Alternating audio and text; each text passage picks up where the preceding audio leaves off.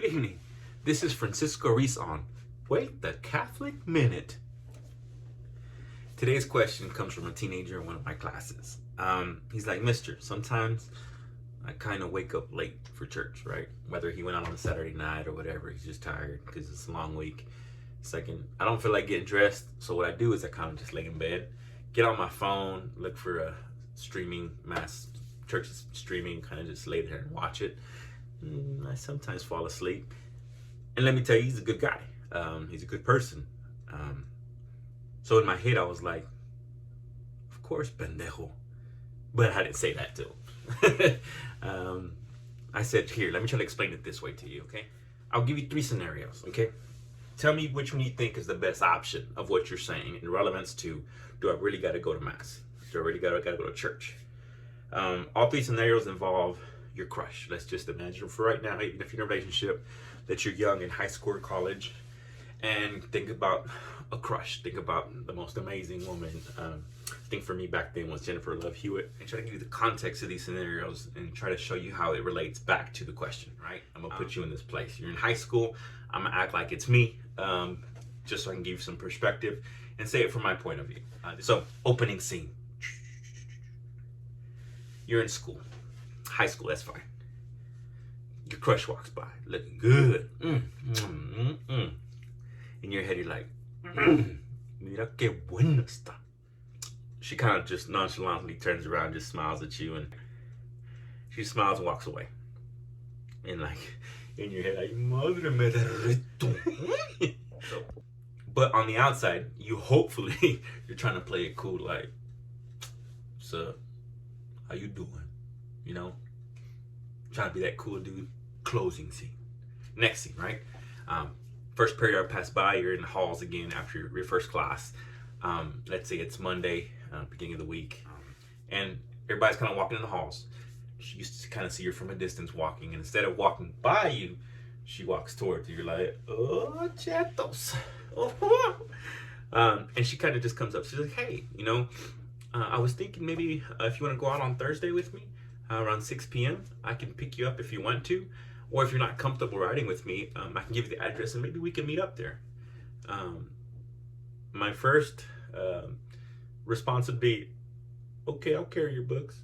I mean, wait, what you said? What? Hold on. I mean, yeah. Let me check my schedule. Yeah, no, it's fine. It's clear. I promise you, it's clear. Right. You have my Snap? You got my phone? You need everything? My Facebook? Insta? What do you need? Blood type? Okay. All right.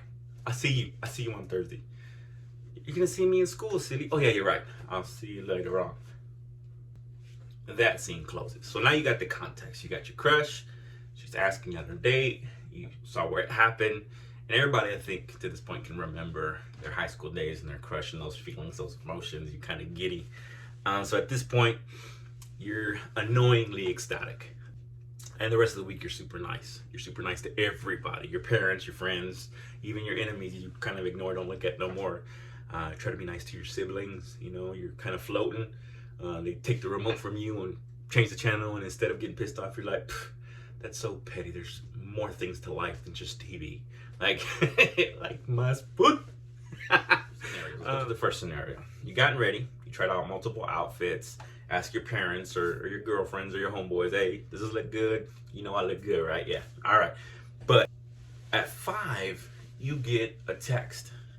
And a text reads, not much. Say, "Hey, I'm sorry. I got homework to do. I can't pick you up, but do you mind meeting me up there at 6 o'clock?" Whatever the location was, right? You're like, okay. It kind of bums you out, but you're like, "All right, I'll meet you up there." You're still excited. Still your crush. Go run to your parents or to your uncle, cousin. "Hey, take me up there. I gotta be there by 6. So I get in there, and go get a table, sit down and text her, "Hey, I'm here. Just text me when you're here." At that point, I get a FaceTime call from my crush. Okay, cool. Maybe she might be around the block or something. Maybe I have to go out and look for her. Maybe I got the wrong restaurant. Answer. FaceTiming me, huh? Okay. "Hey, what's up? How you doing? I'm not gonna be able to make it. I'm really sorry. I still have a lot of homework to do. Do you mind us FaceTiming for a little bit? If that's okay?" Um, okay. I don't know about you guys. I'd be a little crushed, a little humbled, a little embarrassed. I'm in this restaurant waiting, and um, right at 6, she wants to FaceTime me. That would beat me up pretty hard. Second scenario. Now I'll go back and explain the scenarios after I finish. Second scenario. Same thing, right? Same thing happens, but instead of FaceTiming you, she texts you and says, I want to cancel. I have homework to do. I'm sorry. And that's it. No FaceTime, no call, just a text. Whew. If I'm sitting there, I've had similar things happen to me, but not to that extent. Yeah, I'd be crushed. I'd be a little humiliated at the restaurant as well. You know, little maybe pissed off, mad. Like, dang, you know, you think about all this effort, everybody that you told, your parents, how they saw you all giddy and happy, and now you got to go back embarrassed, not saying nothing. Yeah, I might have a few words, at least a few thoughts for sure. So that's the second scenario. And the third scenario, let's say she does show up, right? She shows up. It's a good time. You know, you see her. She's beautiful, or he's handsome, whatever your date is. You sit down, and you know, both have your phones. So you see her, you're kind of on her phone, you're kind of on yours, and you're small talking. You know, how was the drive up here? You know, how'd you get here? Waiter comes up. You're like, oh, thank God. Water, sure, water. You know, lemonade, whatever you drink. I usually get lemonade. She asks for her whatever she wants. Are y'all ready? Like, no, not yet. Waiter walks off. At that point, she kind of looks at you, and you're like, why are you staring at me? You know, do I have a booger? Or, you know, she's like, I'm bored. You're kind of boring me. Bro, somebody said something like that to me? We ain't fighting, but we fighting, right? Hijo de tu madre. Like, how dare you? In my head, I probably would just stay quiet, probably tear up a little bit. I ain't gonna lie, I'm not that strong. Probably get up and walk off. In my head, I'd probably be cussing her out, all kinds of stuff. But I think in that moment, I would self-control. But it wouldn't take away from the humiliation, from the pain, from the anger, and I'd probably be scarred. But why do I use this date and give you these 3 scenarios in reference to going to church? First and foremost, Mass is a date. It's the most beautiful and intimate date you can have. First scenario, you FaceTime, which is what the kid was saying. You know, what if I wake up late and I FaceTime Mass? Well, that's kind of like having a date, and you say you were tired from whatever you did the night before. No, I'm not judging you. I've been there, done that. But you say, I'm going to stream Mass. It's like FaceTiming. It's kind of like, you could do it. All of us can agree that, nah, it doesn't cut it. So, second scenario, it just cancel. That's when we just don't go. And as myself, as I have not gone before, after you don't go once, it's easy not to go second time, third time, fourth time. It's easier to start missing days once you miss the first one. But that's not cool. Like, you set a date, and you're waiting for this person, or this person's waiting for you to show up, and you don't show up. Now in your head, you're like thinking, yeah, whatever, it's not the same. I promise you, if you dig into it and understand what Holy Mass is, it's that and so much more. But we'll go through these. In the third scenario, you get there and then you say you're bored. So this is kind of like, we show up to Mass and we're there, not wholeheartedly, not there, and we're in the back and kind of say, man, it bores me. I'm bored being here. Dude, that's like telling God, you're boring me. Like, in my head, in the previous scenario, on the last scenario, if she would tell me I was boring her, I'd be like, dude, I'm not a clown to entertain you. What do you mean I'm boring you? We're here to get to know each other. So if you take that same attitude and go to mass with that, you're boring me, God. How disrespectful is that, bro? Like, what do you mean I'm boring you? We're not here. I'm not here to entertain you. We're here to get to know each other. And it's set up that way. Like, some of the best times we've ever had are over meals. Why do you think there's a meal at Mass?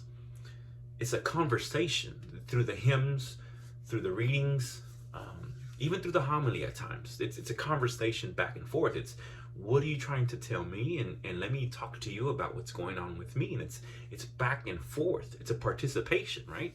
Secondly, why do I use a crush? Though you may not see God as your crush, you're definitely his crush. God loves us into existence, so we're absolutely his crush. Not as a mass of people, but as an individual. Me as Francisco, he has a huge crush on me, and all he wants to do is make me happy and love me and show me how to live the right way and show me how to be joyful and complete. And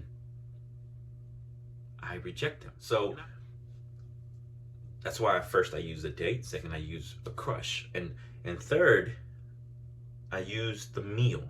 Now with this meal, and I surely didn't understand, I don't know if most of us understand, but I didn't understand growing up how intimate.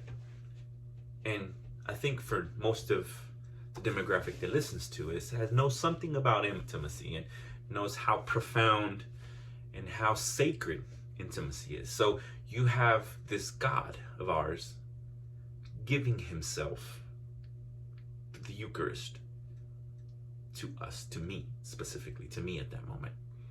And how do I receive him?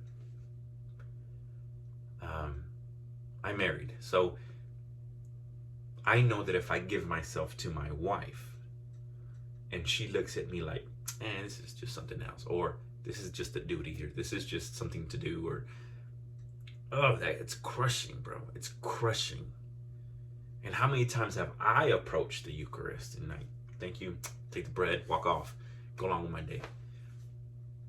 God is giving himself in the most intimate way. Like I said, our intimacy is like a speck of dust compared to what's actually going on in the Holy Mass.